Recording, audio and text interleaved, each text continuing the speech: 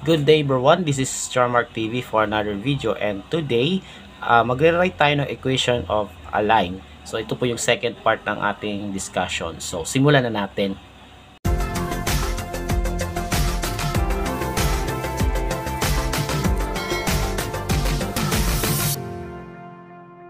Okay, so sa previous video is na-discuss natin kung paano tayo magre-write ng equation of a line from standard form to slope-intercept form.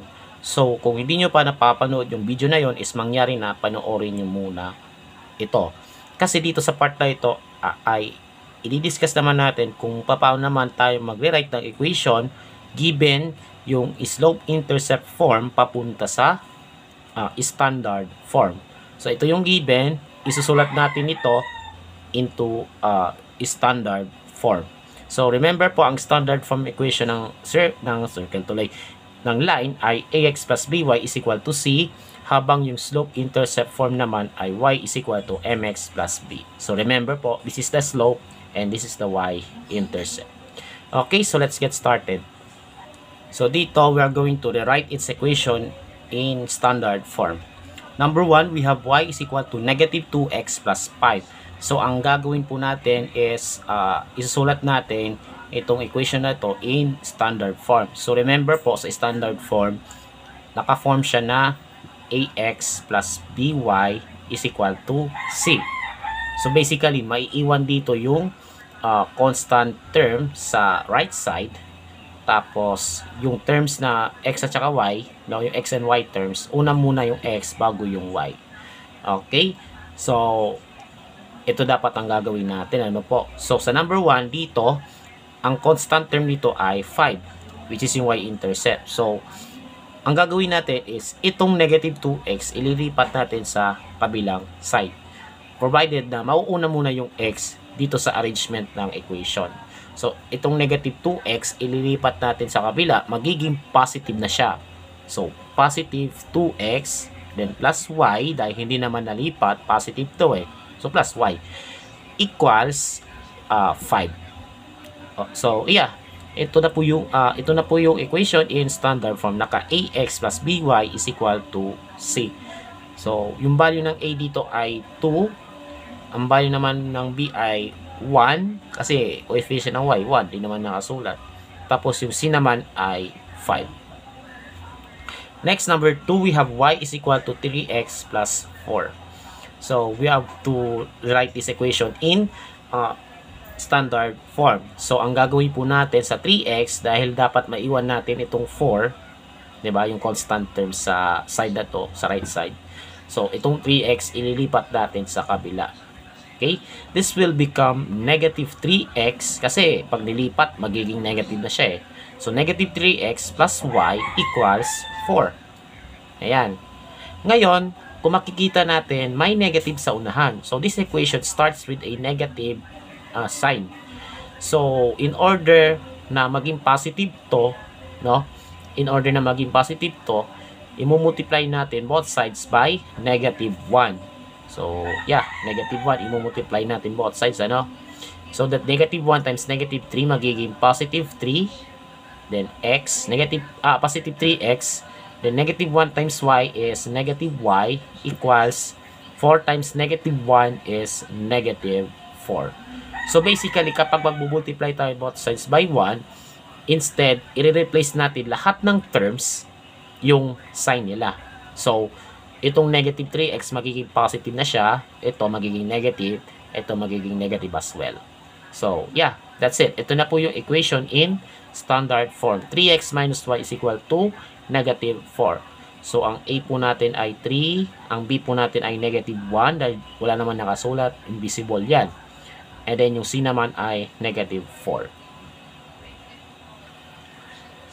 Next, number 3, we have y equals negative 1 half x minus 3.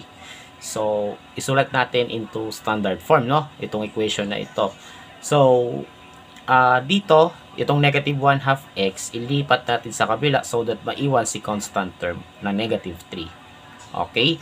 So, negative to, pag nilipat, magiging positive. So, magiging 1 half x, diba? Positive 1 half x plus y, no? equals negative 3. Ayan na siya, ano po. So, naiwan na si constant term dito.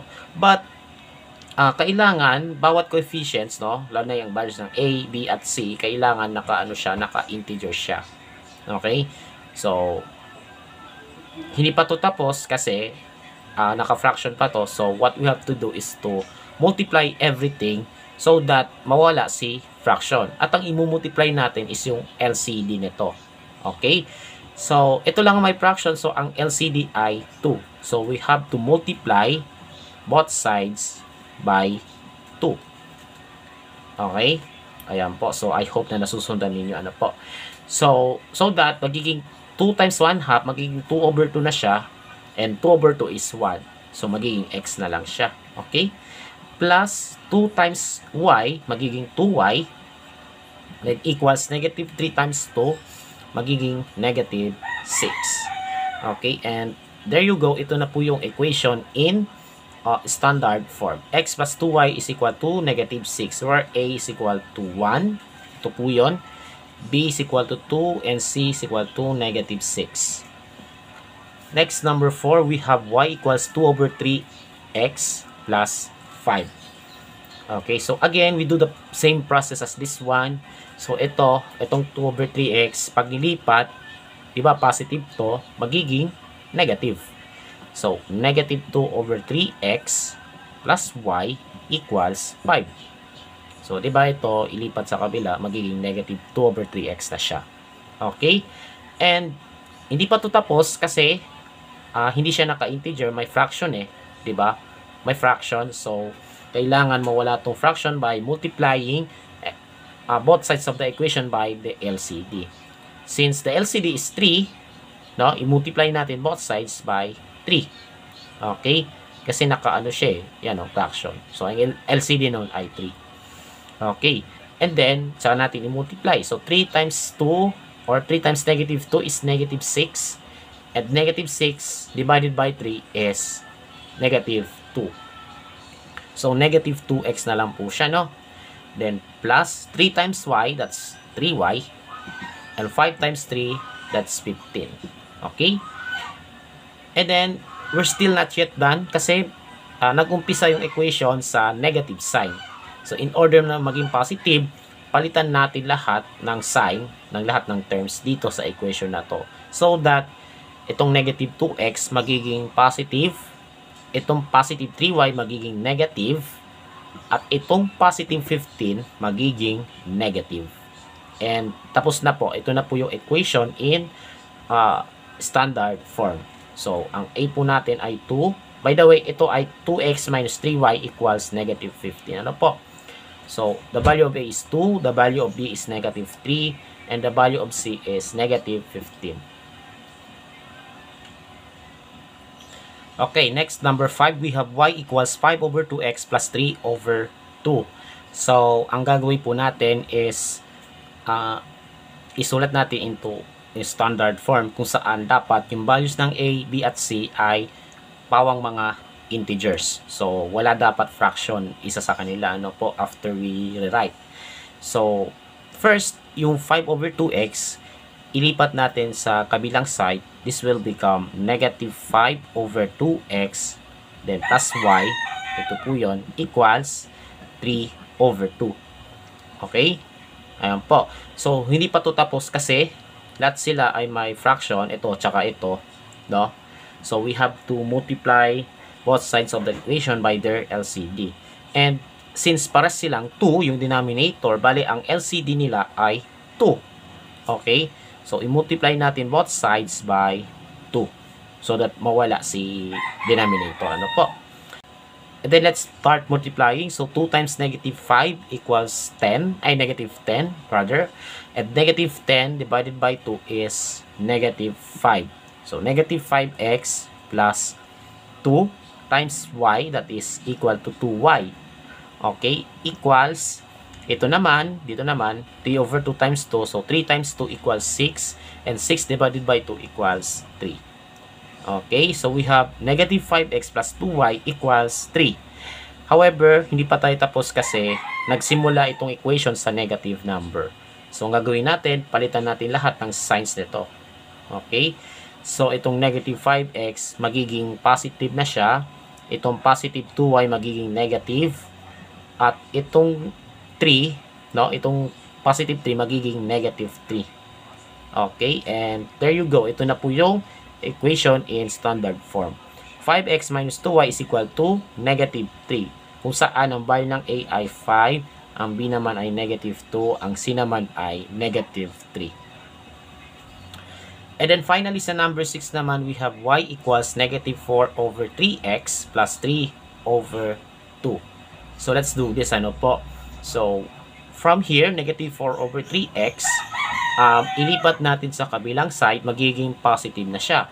So magiging 4 over 3x then plus y. Okay?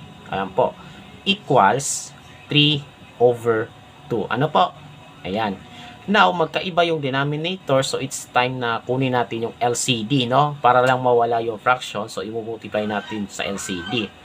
So, ang LCD po ng 4 over 3 tsaka 3 over 2, bali, ayan po yung LCM ng 3 at tsaka 2. So, ano ba ang LCM nila? Ang LCM po nila ay 6. So, ibig sabihin, ang LCD ay 6. Kasi kung mag-skip counting tayo, 'di ba? Maglilista tayo ng multiples of 3 and 2. So halimbawa, 3. So ito, 3. Ang multiples ng 3 ay 3, 6, 9. Tapos ito naman, 2. Multiples nun ay 2, 4, 6. And makikita natin is yung 6 ay yung common multiple ng 3 at saka 2. So therefore, yung LCD po nila ay 6. Okay?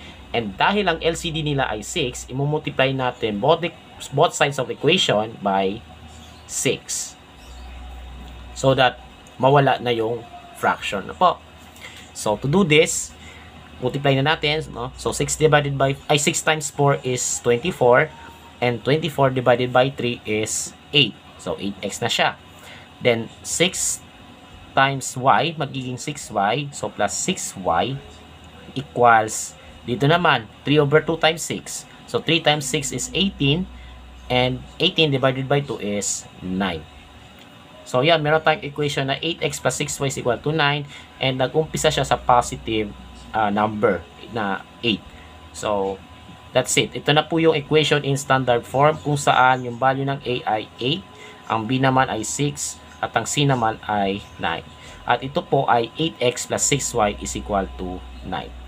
Okay, so that's how you are going to rewrite the equation in standard form. And that's all for the topic about rewriting the equation from standard form to slope-intercept form and vice versa. And I hope you have learned something. Alright, so do not forget to subscribe to my YouTube channel for more videos and follow me also on my TikTok account. Stay safe, God bless, and as always, have a great day to all.